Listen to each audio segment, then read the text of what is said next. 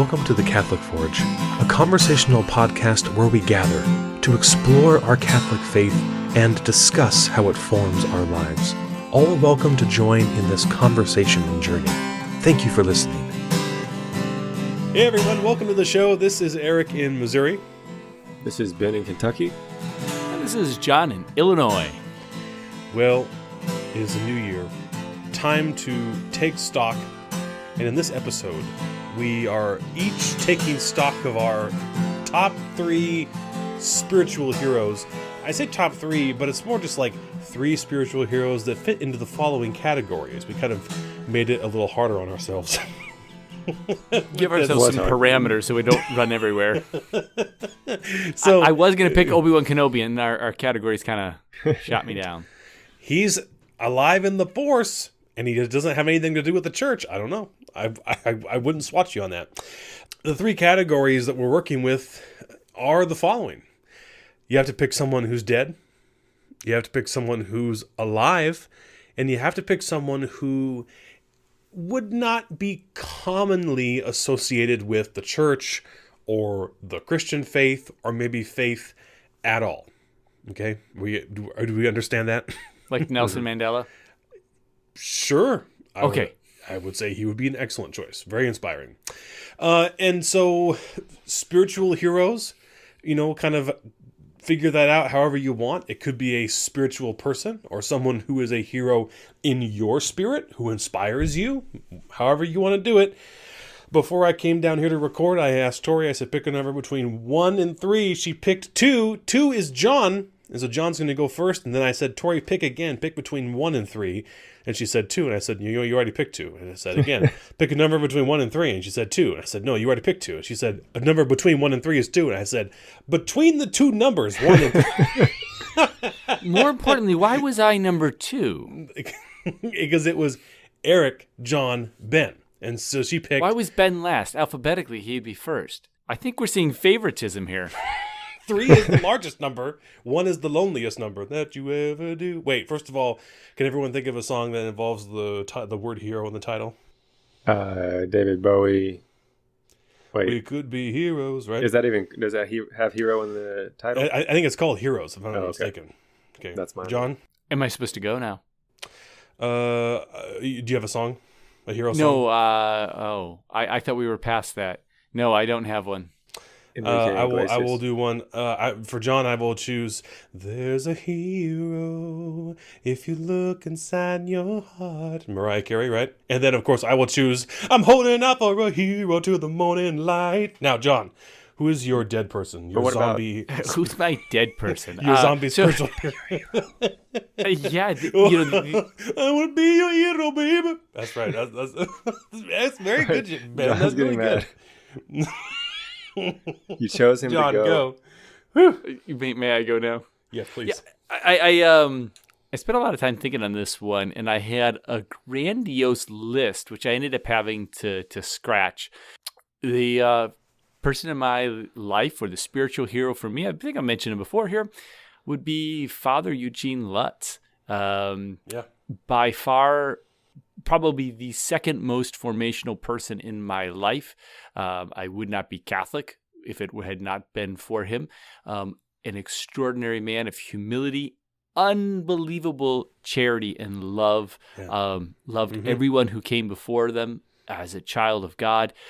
Didn't matter race or anything or religion, just an awesome person. He was a World War II vet, was captured at Wake Island by the Japanese at I was at Midway Island there, Midway, and he was in a Japanese prison camp for almost 5 years, the entire duration. So on the way back from Pearl Harbor, the Japanese landed, and he was captured there, spent the entire time there. Unbelievable stories of heroic virtue there, just doing so much good for other soldiers that were there. And then he came back and lived an incredible life of radical holiness. I was very blessed to have him in my life from age 5 until when he passed away when I was in high school. Just radically changed the whole trajectory of our family, of my life. There is very few people that would be greater spiritual heroes in my life. What about you, Ben? That was good. I had a hard time with it too. There were like 3 or 4 that I could have gone with. So I won't name the others, but take that for what it's worth. I ended up choosing St. Francis de Sales. Eric, as you know, one of the namesakes of my parish, St. Francis and John. Yes, indeed. And I've kind of slowly gotten exposed to his writings and teachings. And one thing that really set me off that I needed to learn more about this guy was at Mass one day. Eric, did you ever meet Deacon Tim? He probably wasn't a deacon yet, but he was not a deacon then, but I knew him. Yeah, Tim. Yeah, sure. Yeah, so he gave a great homily, and in it he included a quote from St. Francis de Sales, and I'm going to read it real quick because it's one of the big things that sparked my interest in him. I keep it actually posted in my bathroom because it's a good reminder every morning. Okay. So, never be in a hurry. Do everything quietly and in a calm spirit. Do not lose your inner peace for anything whatsoever, even if your whole world seems upset. So he included that quote in his homily, and it really spoke to me. And I thought, man, I need to internalize that. That's what I need, because I'm always in a hurry and I can get easily anxious and worked up. So that kind of got me on the road to St. Francis de Sales. And as I've learned more about him, he was just he was known for his patience and his calmness and his gentleness. And he did a lot. He did a great deal for the church and dealing with Protestants during the Reformation and bringing people back to the church and into the church, and lived late 1500s, early 1600s France, by the way. But so, yeah, that's why I chose him. I'm looking forward to even reading more, learning more about his writings, his teachings, and his life, but just kind of a overall hero of peace and calm in my life. My dead person is another Francis who famously said, among other things, "All the darkness in the world cannot extinguish the light of a single candle, and we will be the spark that will light the fire that will burn the First Order down." I'm sorry, I made up the second part. That was from Star Wars: The Last Jedi. I'm sorry, John. Now, of course, referencing St. Francis of Assisi. My man, very important figure in my conversion to Catholicism. Recalling on the time in which he lived, the church somewhat in crisis, needing some form of stirring up reformation, perhaps. And along comes St. Francis with what, during his time and even now, this radical model of evangelism. Not only his remarkable abandonment to the mercy of God and to the providence of God and to God's total care, but this just tender sense of, I would say, for lack of a better word, and maybe either of you could just help me kind of refine a little bit, but this sort of ecological theology. Obviously, he's not the first person to talk about, our relation to the earth in relation to the divine. But I think that's one of the reasons why somewhat he was found to be so attractive, because he was teaching all of these spiritual lessons, how in the same way that Jesus did, using simple, ordinary, everyday things. But a man of mystery, and I like that he is a figure in our faith history who is surrounded by legend. You don't really know about the wolf, or the fish. You're not really sure if all these stories about him are true, which I kind of like, because you can take it or leave it. You don't have to believe it or not. But I like that he. I think it's how we're going to look back on someone like Prince. Very mysterious. Like, what was he about? What was he all about? You're not really sure. They say one thing and yet the truth was another. But he was just super duper inspiring, and to the point where I took him as my confirmation saint. And just as I was thinking about this, this episode and who I would choose for these things, I remarked at how far I've gotten away from him in my devotion. That is not only asking for his intercession, but, reading about him. And I felt like for a while there, I was always reading some book about him or going over his poetry or reading more into like St. Clair, the little flowers and all that kind of stuff. And that's another cool part of this whole thing with St. Clair was really fascinating. So he's my dead guy. Have you read Chesterton's biography on him? No, I know it's awesome. It may be behind me on this bookshelf somewhere. There you go, two spiritual heroes right there. Chesterton writing about St. Francis. That is awesome. Okay, now we have covered the dead, and now it is a person who is alive. Now, once again, if you picked someone who was ascended to heaven or taken there in a fiery chariot, I don't know what I would say. They're still alive.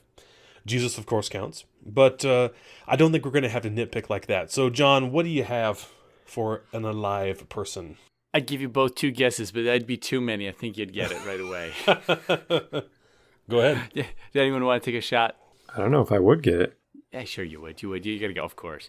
I'm actually embarrassed to say this. And the only reason that I can go forward with it is because of the confident place in which they play in my life. Because that was really there were just so many people that I wanted to put in these categories, as I'm sure both of you had. Oh yeah.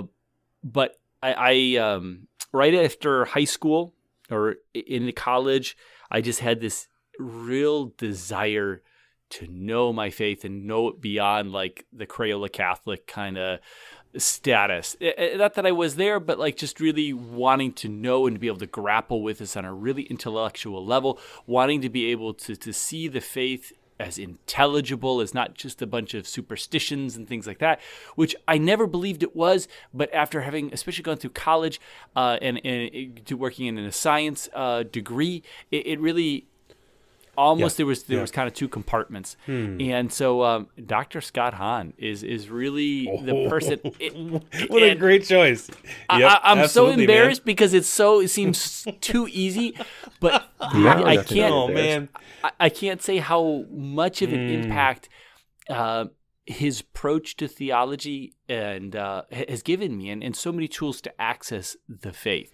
And of course, it's not to say that everything that he's written is perfect, or but just his ability to make something that is very complicated and deep, very intelligible, and give me the tools and the words to be able to share that faith with other people in an intelligible manner that they can grasp.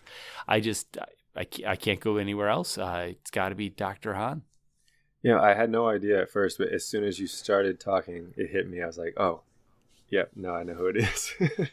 I really thought you were going to say your mom. In my heart, it's a little like a bit of a bromance thing. So that's why I'm a little embarrassed about it. But only because before you said when you talked about Father Lutz, you said one of the two people, and I was like, surely he means his mom for the other one. And so, but no, Dr. Hahn. I mean, just the other day, a friend of mine, a professor, actually, a former professor who's in the Methodist tradition, maybe, I don't really know for sure. He texted me out of nowhere and was like, "Hey man, I started reading The Lamb's Supper by Scott Hahn, and I think maybe we should talk sometime." And I was like, wow. My man. Get that conversation going. I mean, I was like, and it wasn't me. He was like, he just started reading this, and I'm like, I know it's not Scott Hahn. Like, something else is going on. But I mean, so many people have come to the doors through that guy. So, what a great choice. Yeah, Ben, what you got? Well, I kind of feel like John. Like, it felt a little easy for me, but then I was like, hey, if it's there, why question it? Why think about it? So I went with Christopher West because of he is what brought the theology of the body to me.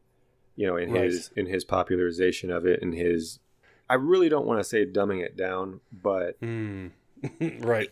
I feel like anytime you take something from John Paul II and reword it at all, you are dumbing it down, because he wrote on such a just brilliant level. So I don't mean that in a bad way. It's actually a good thing. But and I wasn't even Catholic yet when I discovered theology of the body through Christopher West's work. So I mean, imagine not even being Catholic yet and having trying to dive into the original text by John Paul II. You know, that would have been way too much for me at that time. So he hit me right where I was, and ultimately was a big reason I became Catholic, as I've said on so many other episodes. That theology of the body lens and learning to look at the world and people through that, and then realizing the Catholic Church is the only institution offering any kind of view like that of human sexuality, human relationships. It was just huge. I mean, in my life. And I mean, I don't know, who knows? I don't know if I would have become Catholic if I hadn't gotten exposed to that right up front. Because it helped eliminate so many objections I had to the faith and everything. So, and actually I got a chance to meet him at a talk. He came to Lexington and I stayed after, and I kind of told him. Oh, I didn't know that. Oh, yeah, I probably haven't mentioned that. Yeah, he came to St. Elizabeth Ann Seton a couple years ago. And yeah, I told him, you know, exactly that I wasn't even Catholic, and I stumbled across he was really surprised that I stumbled across his work on Amazon. I ordered an audio CD off Amazon, and he was like, "You might be the first person I've ever met that discovered my work on Amazon." He's like, that truly is the Holy Spirit. Yeah. And I mean, just a super nice, How humble wonderful. guy. So yeah, he's definitely, I mean, you know, Was he because shorter than you thought he'd be? well, in fairness to him, actually he was shorter, but in Oh yeah, fairness, you're a giant. I'm though. 6'4", so All of us are short in comparison to you. but yeah, so getting to meet him was just kind of a cool solidification of that inspiration. So you found him during your RCIA days, or Actually, about a year and a half before RCIA, I was about to take a long road trip to Vermont by myself, so like 20 hours of driving alone, and I was already getting interested in Catholicism. So I think I got on Amazon and searched Catholic audiobooks, and somehow with their search configurations, that one of his talks came up. It was like winning the battle for sexual freedom or something, and right? Of course, I was just coming out of college with like all kinds of distorted thinking on relationships and people and all that. So it, you know, and it was the Holy Spirit. I mean, it sparked my interest, and I listened to his talk, and he bears it all. I mean, he talks, like, he lays out his sins and his past, and you know, he's not afraid to really show his wounds and his sins for the sake of that message, and I think that's why it's so accessible. And like John said, in reference to Dr. Hahn, like, not to say that every word he's ever spoken is perfectly articulated or anything like that, but I think he's doing a lot of good, and I think it's not too much to say that the large number of people who know about theology of the body today, in some form, even if indirectly, know about it because of his work. Yeah, Absolutely. Yeah. So yeah, Christopher West. Awesome. For me, again, it's like the two of you. I'm sure you could guess what I'm going to say it, but then again, I would have guessed wrong if I guessed either of you. It seems like an easy pick, but it just absolutely has to be. Yeah, let's just give a shout out to our wives and our moms just here. Let's just cover those bases, okay, ladies? Spiritual we said heroes. It. Yes, but not as great as Dr. Hahn Christopher West or Bishop Robert Barron. Now, Yes, yeah, they're very this good. guy, I don't know where he gets off doing going out there. You know, I think of him in some regard as a St. Francis of his time. That is, the church in need of some stirring. You know, now, you know, well in the wake of Vatican II, and in a time of such unique opportunity and adversity for at least the Catholic Church in America, but really worldwide. And here he comes, you know, back when he was Father Robert Barron, with his YouTube videos and his blogs and vlogs and movie reviews and talking about Springsteen lyrics and who is this guy. And then now, even in his capacity as auxiliary bishop of the Diocese of Los Angeles, he still continues to be a forerunner in the world of Catholic evangelization. And not just because of Word on Fire, although that certainly does not hinder him at all. It's a vehicle through which so much of its ministry passes or is able to get out to the masses. Just funny. I think that's what all three of these guys have in common, Han, West, and Bishop Barron, is that they're just funny. And they feel like Tom Hanks to you a little bit. Like they're just kind of ordinary. You feel like you understand that they're just like you. I don't know that I would have felt that way if I would have met St. Francis in person. You know what I mean? So wild. Again, the mystery around him. But I feel like if you met and all you guys have, obviously, there's such a sense of familiarity there, a sense of comfort, a sense of brotherhood. Mm-hmm. And Ben, at your behest, I signed up for his daily gospel reflection. I don't always read it, but whenever I do, it gives me just a little morsel of grace, to remain locked in and focused in that day. And that's just like a little itty bitty teeny little thing that he does. I marveled at Bishop Barron when he was on the Dave Rubin show. And it's not that Rubin is left or right. I would say he's more to the left, but his show, though, is more just about the conversation itself. For example, again, not to stir in this direction, but Dave just had Ben Shapiro on, and Ben wrecked shop as always, just being so commanding and so piercing. And whether the shop is getting wrecked or not, it doesn't matter on Dave's show. It's there about the conversation. And you listen to, for me, I'm listening to Bishop Barron talk and thinking, why did I never think to say, to say it's like so simple. You're like, oh, I could have said that. Yeah. and it's so brilliant. He said one thing. I mean, just has said so many things. I can't. That thing I mentioned. I mean, I think like everyone else, I just steal everything I have from him. But the thing about I can't remember what it was. But the one thing he said that stuck with me, and it really sticks with me, even with the Catholic Forge. When he was at Mundelein. John, did you ever meet him when he was down the road, or no? Yes, but very informally. Right, okay. It wasn't like, hi, I'm John, and let's be friends or anything. It was like, There he is, yeah. There he is. Yeah. That's him. The seminarians and students, they'd say, oh, we really want to do what you do, and with the new media and out there, and they said, what do we do?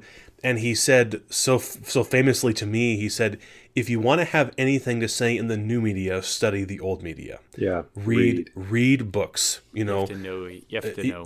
He said, otherwise, when you get there, you won't have anything to say.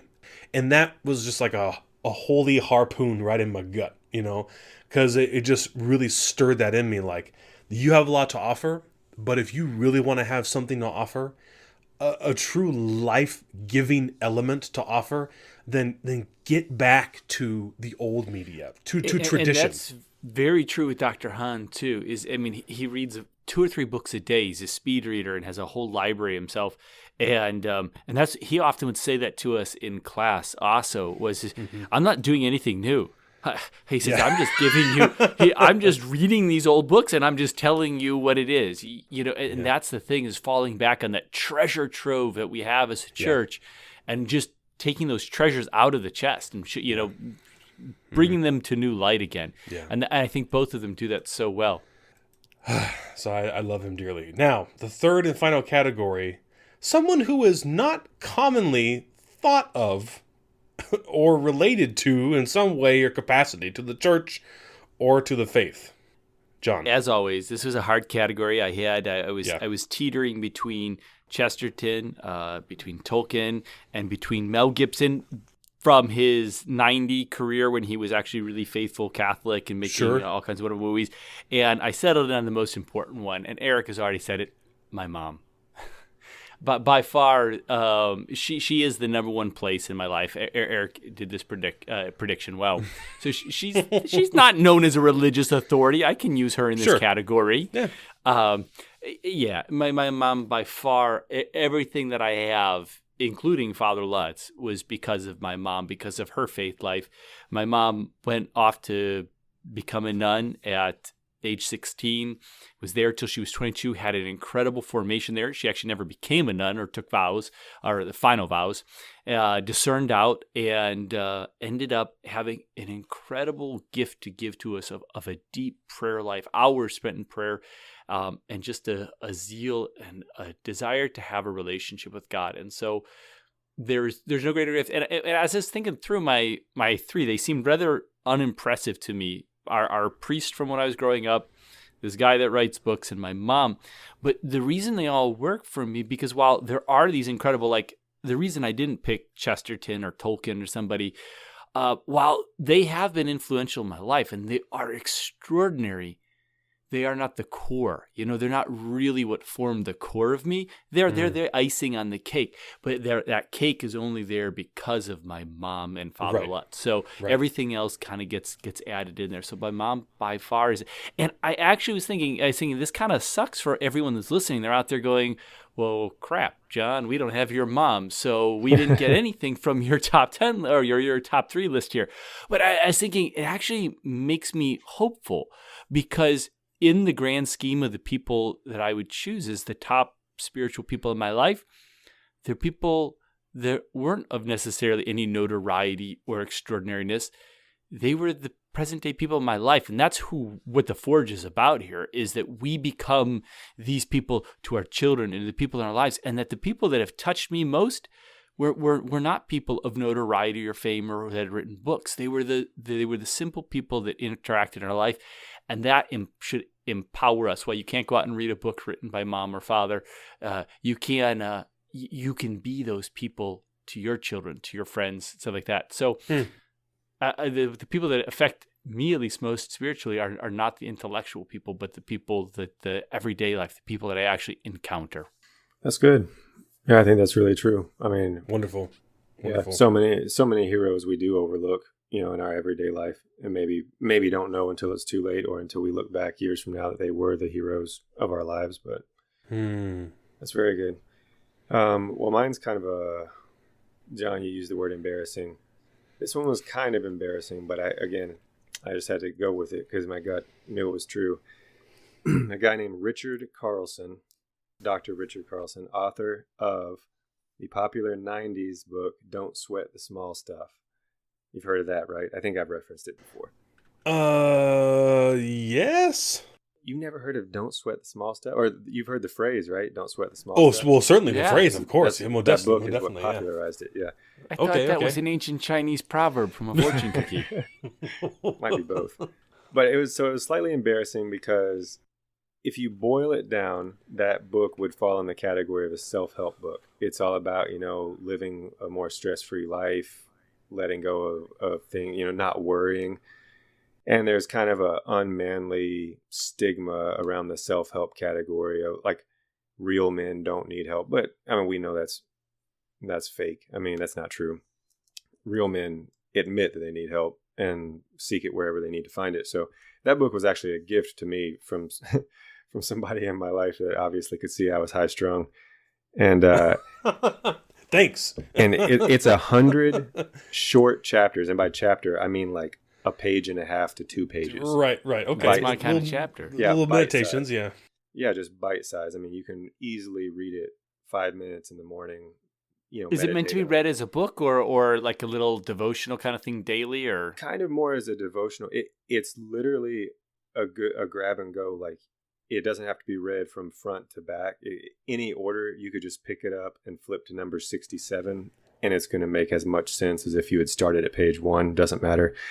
And don't hold me to this because I haven't read through the entire thing recently, but I've always read it through a Catholic lens, and I've never found anything contrary to the faith or that would be considered heretical. And anytime it starts to lean that way, he'll make you, and you start to think your radar is going off, like, oh, this is a little new agey. He'll throw in a sentence like in the next paragraph that totally wipes that thought away. Like, oh, okay, no, that's not what he's saying. But if anything, that book inserts itself well into Christian faith and Catholic faith.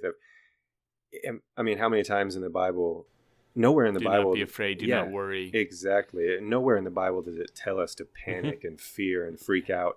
But that's what we do most of our lives. We panic and fear and freak out. And this whole book is about really keeping things in perspective. I mean, your loved ones, you're not letting your negative thoughts snowball out of control.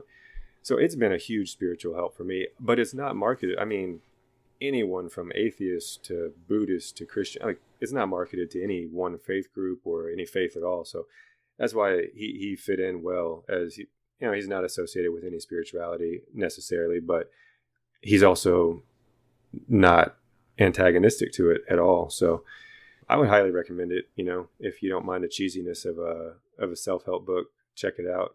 I think it'll make anybody, if you just pick a random thing and insert it into your day, it's going to make you a better person for the day. There's so much to be said, I think, about someone who studies the human condition like that, which you could say to some degree the Bible doesn't necessarily,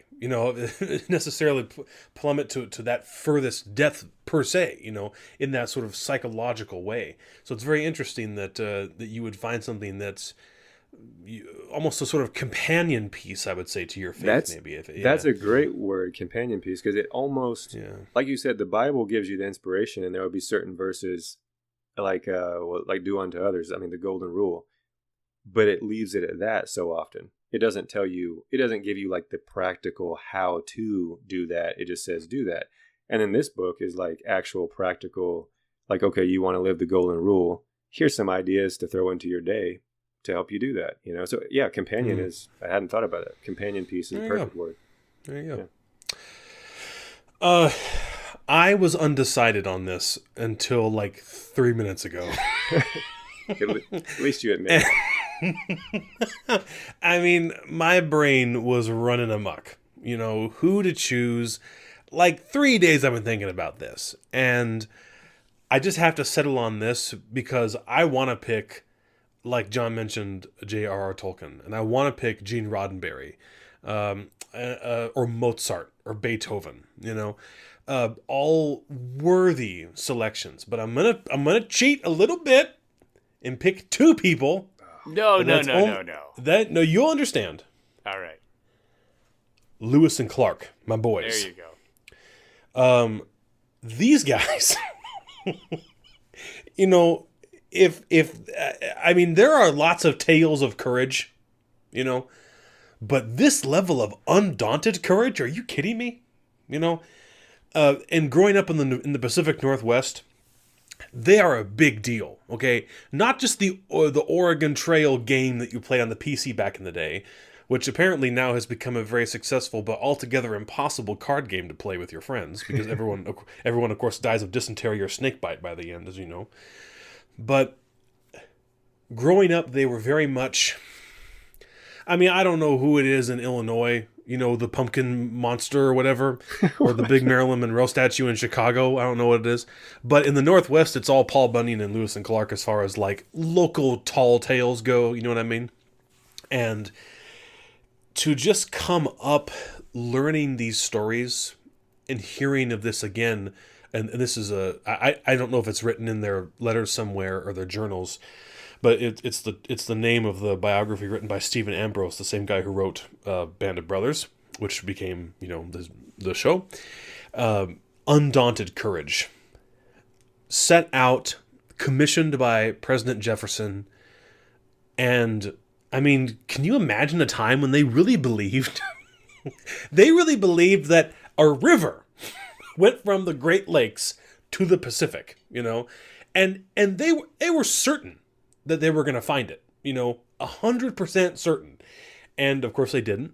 But these guys unlocked the West, this monumental, world-shifting expedition into the wilderness that obviously had a lot more to do with the global economy, but also so much to do with economy in America, and it led to so many different things. I mean, there's no way to even start to talk about it. I don't even know what to say about it. Everyone kind of knows the story. But it's the raw adventure that you're really grasping at there. Is the awesomeness of just stepping into the complete unknown. What an awesome pick, yeah. They really did what Sam and Frodo did. I mean, That's the thing is only Gandalf knew where Mordor even was. I think that like Aragorn and Gimli and Legolas, they kind of knew. They'd never been there. Boromir maybe because Minas Tirith was so close by. Gollum knew. But you, of course, Gollum. He wasn't part of the Fellowship. But you know what I mean. And so then these little hobbits, they're gonna go to Mordor, and they have no frame of reference. And Lewis and Clark in that same way, they're like, well, where we're gonna go? I guess we just better go west until we cannot go west anymore. I can't imagine it.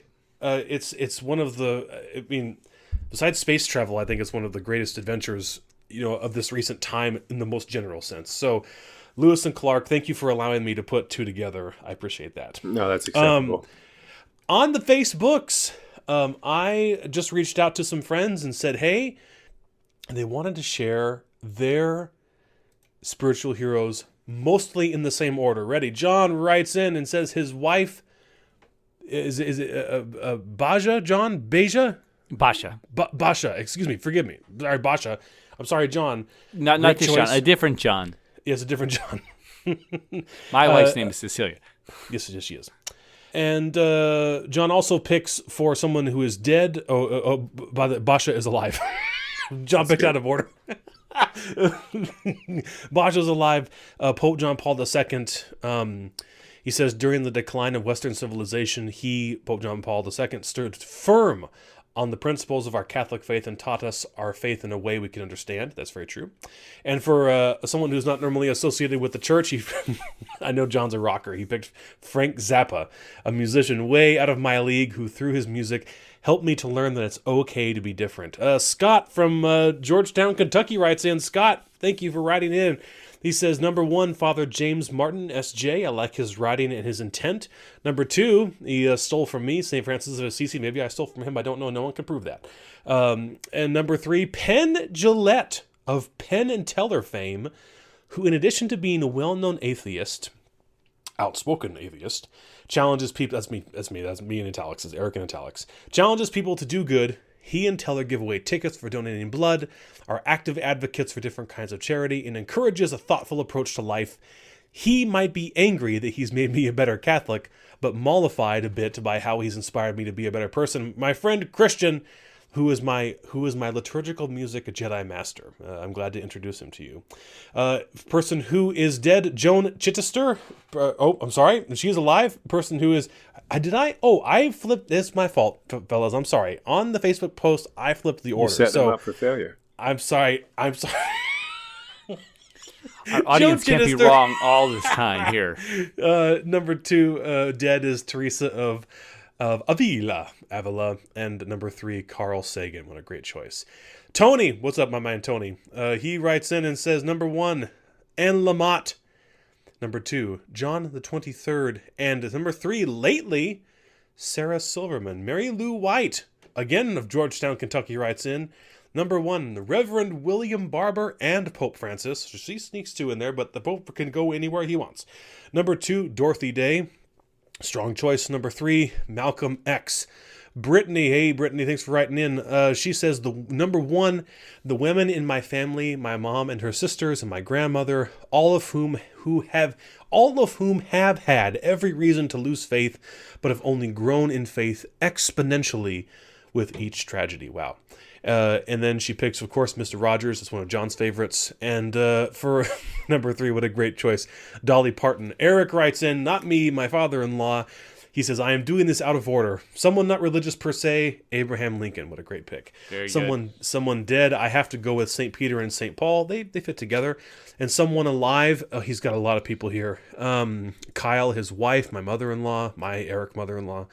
Our daughter Emma, who is now Sister Paula Marie, who kept nudging him along to get to RCIA. Oh, that's his answer. Someone alive. The short answer is RCIA. There were so many people involved, including Kyle, Emma, Dan Elliott, who led the RCIA class, his sponsor, Mary Lou White, Father Lynn, and finally, my granddaughter, that's my daughter. When I saw Father Lynn at her baptism lift her skyward above his head, dedicating her to God, I finally had to admit I wanted to go where she was going. And that's lovely. That's a beautiful way to say it, Eric. Thank you. Yeah. And then lastly, Debbie writes in, hey, Debbie, she says, someone who was alive, any missionary of charity. And that's a great pick, too. So thanks to everyone who wrote in. That's a lot of fun to kind of hear some of yours. And thank you for listening along to our submissions. This was fun. Yeah. A little bit different, wouldn't you say, Ben? A little bit, Yeah, I liked it. At first, I didn't know. I panicked. I didn't know if I was going to be able to come up with a list, but once I got thinking about it, it worked. It was really good. I like the list episode kind of things, even though we don't do them terribly often, but it's just different. And I was thinking how when I listen back to it while I'm editing, I'm sure I'll meditate more and ponder more how it does kind of what it says about us, as people. I think that's always kind of fascinating how it reveals the inner self a little bit. For the record, I wanted to pick JP2 really bad. Whoever that was that wrote in and said that, I really wanted to. That was the other John. So someone said John the 23rd, but John said Pope John Paul II. So, yep, he's a good choice. Well, thank you for listening to the Catholic Forge. I mean, really, thank you. We appreciate that a lot. I've lost my script. I think I've done it enough times. I wouldn't need it, but I do. Thank you for listening. I'll say it again. I can say that a lot because we are really thankful. And we'd like to close, as always, with a prayer and a blessing. May God the Father, God the Son, and God the Holy Spirit bless you, guard you, and lead you to eternal life. In the name of the Father, the Son, and the Holy Spirit. Amen. Thank you for listening to the Catholic Forge. We hope you've enjoyed this episode and will leave us a positive rating and review on iTunes. Like and subscribe on YouTube and subscribe on SoundCloud. How about 5 stars for your spiritual heroes? And did you enjoy the episode? How about, share the episode with your top 3 friends. But don't tell them that they are. Too much drama like in the MySpace days, remember. You can continue the conversation with us on Facebook, and by that we mean you can tell us what your spiritual heroes are. You can also get a hold of us on Facebook, and to get a hold of us directly, you can reach us at thecatholicforge@gmail.com. For more information regarding the podcast, visit our website at www.thecatholicforge.com. We especially thank our heroic wives. They are all like Wonder Woman, or who else? Black Widow, like her. Sure. Who was Rey. the one in the Rey Avengers? from Star Wars. Let's go with that. Rey from Star Leia or Rey or Mon Mothma. Ah. What? Anybody Darn. named after an insect shouldn't end up in there. Just think. Hold on. What's one more female Star Wars heroine? What about Jen from Rogue One? I was gonna say absolutely, or I was thinking of. C-3PO is kind of effeminate. We thank them, their Star Wars sensibilities, but we especially thank them for their support of this project, and we thank you very much for listening.